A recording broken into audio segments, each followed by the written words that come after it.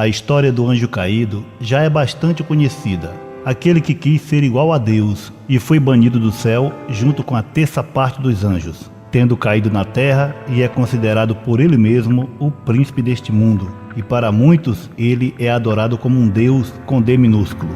Sabendo de tudo isso, eu convido a vocês a assistirem mais um contagiante e polêmico vídeo do seu canal preferido. Aí eu faço aquela pergunta: estão todos preparados? Não brinque com o diabo. No Antigo Testamento podemos ver a atuação maligna de Satanás quando este engana Eva, mulher de Adão, para que esta comesse da fruta que Deus tinha proibido, dizendo que ela seria igual a Deus. Eva, além de comer, deu a fruta para Adão. Daí veio o pecado e a queda do homem. Os dois foram expulsos do paraíso e a serpente teve seu castigo, assim como o casal. Satanás fica atuando no Velho Testamento sem que os autores especifiquem que se trata dele. Podemos ver sua participação em vários episódios da história: na morte de Abel,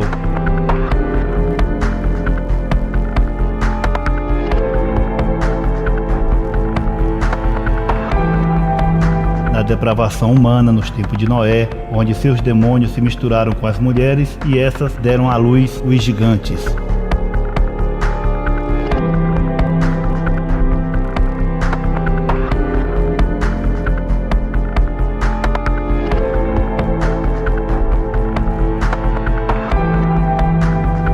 Em Sodoma e Gomorra, na construção da Torre de Babel, na perseguição do povo de Israel, na adoração ao bezerro de ouro, na queda de Saul, isso tudo sem se falar em seu nome, até que Davi resolveu contar Israel. Então Satanás se levantou contra Israel e incitou Davi a numerar a Israel. 1 Crônicas 21:1. Seu nome também é falado no Salmo 109, versículo 6. Põe sobre ele um ímpio, e Satanás esteja à sua direita. Daí para frente, não se ouve falar mais em Satanás até o livro de Jó, que diz que os filhos de Deus vieram ter com ele e Satanás veio junto. Ezequiel e Isaías contam a sua história. E por fim, ele aparece em Zacarias capítulo 3, onde ele acusa o sumo sacerdote Josué. Até aí a sua atuação não foi dado muito destaque pelos autores dos livros da Bíblia.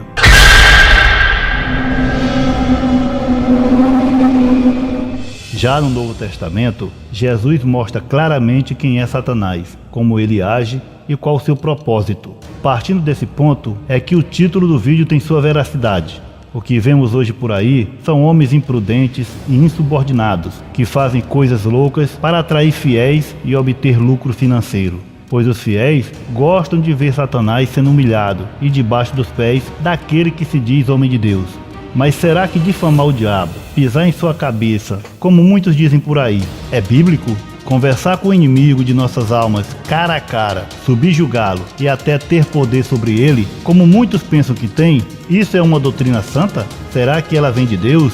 Vamos ler a Bíblia, ela responderá. Dê uma pausa no vídeo e abra sua Bíblia no livro de Judas capítulo 1, dos versículos 8 ao 20. Vamos ler com a ajuda do Espírito Santo. E contudo também estes, semelhantes adormecidos, contaminam a sua carne, e rejeitam a dominação e vituperam as dignidades. Mas o arcanjo Miguel, quando contendia com o diabo e disputava a respeito do corpo de Moisés, não ousou pronunciar juízo de maldição contra ele, mas disse: o Senhor te repreenda. Estes, porém, dizem mal do que não sabem, e naquilo que naturalmente conhecem, como animais irracionais se corrompem. Ai deles! Porque entraram pelo caminho de Caim e foram levados pelo engano do primo de Balaão e pereceram na contradição de Coré. Estes são manchas em vossas festas de amor, banqueteando-se convosco e apacentando-se a si mesmos sem temor. São nuvens sem água, levada pelos ventos de uma parte para outra. São como árvores murchas, infrutíferas, 2 vezes mortas, desarraigadas. Ondas impetuosas do mar, que escumam as suas mesmas abominações, estrelas errantes, para os quais está eternamente reservada a negrura das trevas. Veja bem que o apóstolo do Senhor Jesus disse que o arcanjo Miguel, quando estava disputando o corpo de Moisés com o diabo, ele não ousou dizer uma maldição contra ele, apenas disse: o Senhor te repreenda. Isso aqui é muito forte, pois se o príncipe Miguel, que é um arcanjo, não ousou xingar, amaldiçoar ou menosprezar Satanás, quem são esses homens e pastores que hoje dizem que colocam Lúcifer debaixo de seus pés? Quem são esses que pisam a cabeça de Satanás? Veja o que o apóstolo Pedro disse em sua segunda carta, no capítulo 2. Assim sabe o Senhor livrar da tentação os piedosos e reservar os injustos para o dia do juízo, para serem castigados, mas principalmente aqueles que, segundo a carne, andam em suas concupiscências de imundícia e desprezam as autoridades, atrevidos, obstinados, não receando blasfemar das dignidades, enquanto os anjos, sendo maiores em força e poder, não pronunciam contra eles juízo de maldição diante do Senhor. Mas estes, como animais irracionais, que seguem a natureza, feitos para serem presos e mortos, blasfemando do que não entendem, perecem na sua corrupção, recebendo o galardão da injustiça, pois que tais homens têm prazer nos deleites cotidianos. Nódoas são eles e máculas, deleitando-se em seus enganos, quando se banqueteiam convosco, tendo os olhos cheios de adultério e não cessando de pecar, engodando as almas inconstantes, tendo o coração exercitado na avareza, filhos da maldição, os quais, deixando o caminho direito, erraram seguindo o caminho de Balaão, filho de Beor, que amou o prêmio da injustiça. Pedro já profetizava sobre os falsos mestres, que pegam os fiéis como suas presas, difamam e amaldiçoam aquilo que eles não entendem. Eles fazem entrevistas com supostos endemoniados e armam teatro para manipular os fiéis que ainda não entenderam a mensagem de Cristo. São péssimos atores que até chega a ser cômico. Muitos são hipnotizados para fazerem bem seu papel. Veja o pastor mandando no Espírito Santo, dando uma ordem e pedindo um anjo com espada de fogo, e ainda diz um palavrão dentro da igreja, um lugar que é para ser santo. Espírito Santo, eu quero um anjo com uma espada de fogo nas costas desse demônio desgraçado, e quero ele aqui no altar com todas as suas forças quebradas. Espírito desgraçado de geração, seja amarrado agora, queimado agora. Veja o pastor mandando o demônio falar em língua dos anjos. Olha a postura dele e veja se ele tem a humildade de Cristo. Fala na língua dos anjos.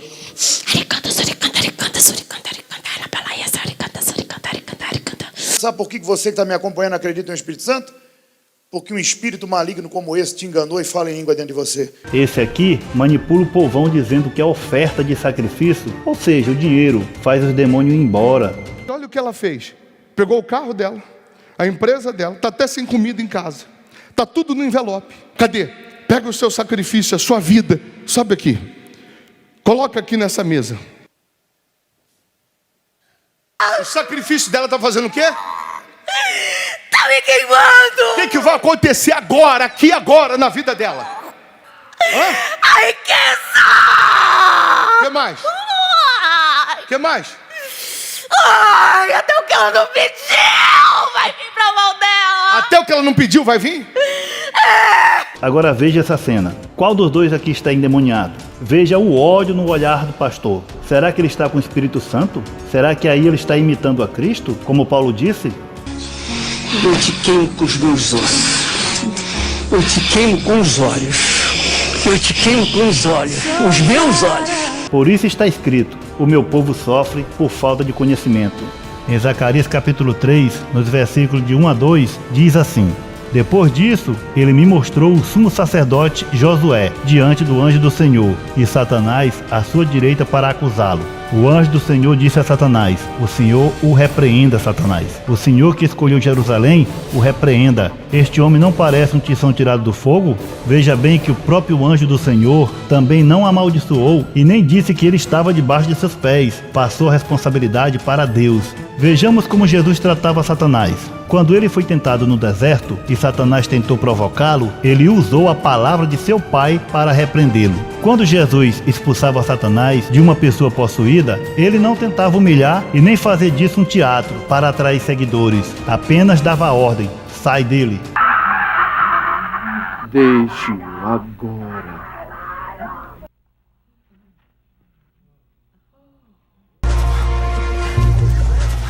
Sai dele. Bem sei quem és.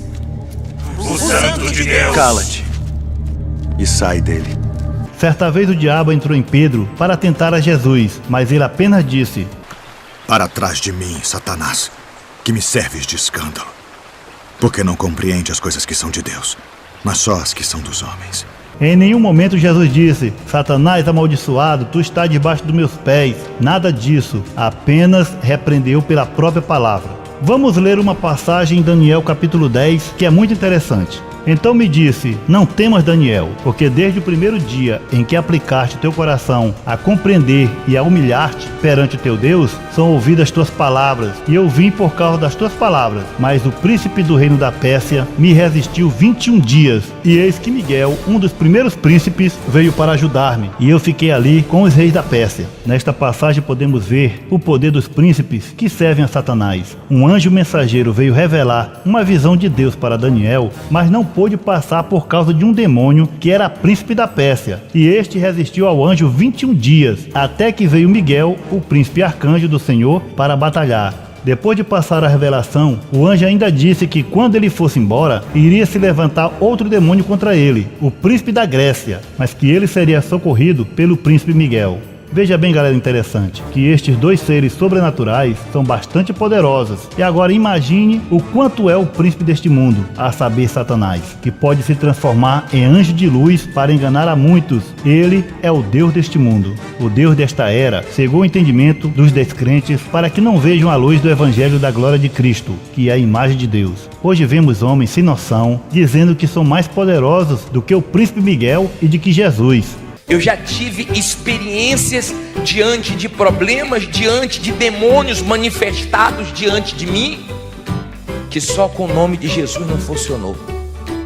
Mas eu me revoltei e mandei aquele demônio embora. Homens que fazem de tudo para alcançar seus objetivos, contratam pessoas para fazerem teatros, gente se fazendo de endemoniados para segurar os fiéis nos cultos e mostrarem poder. Mas esse poder terá seu preço cobrado com certeza. Amados, igreja não é lugar para falar no inimigo de nossas almas e nem para ter manifestação demoníaca, e sim para falar no amor de Deus, buscar suas bênçãos, seus dons, para louvar e cultuar aquele que é o Rei dos Reis. Pedro, em suas cartas, disse: estejam alertas e vigiem. O diabo, o inimigo de vocês, anda ao derredor como leão, rugindo e procurando a quem possa devorar.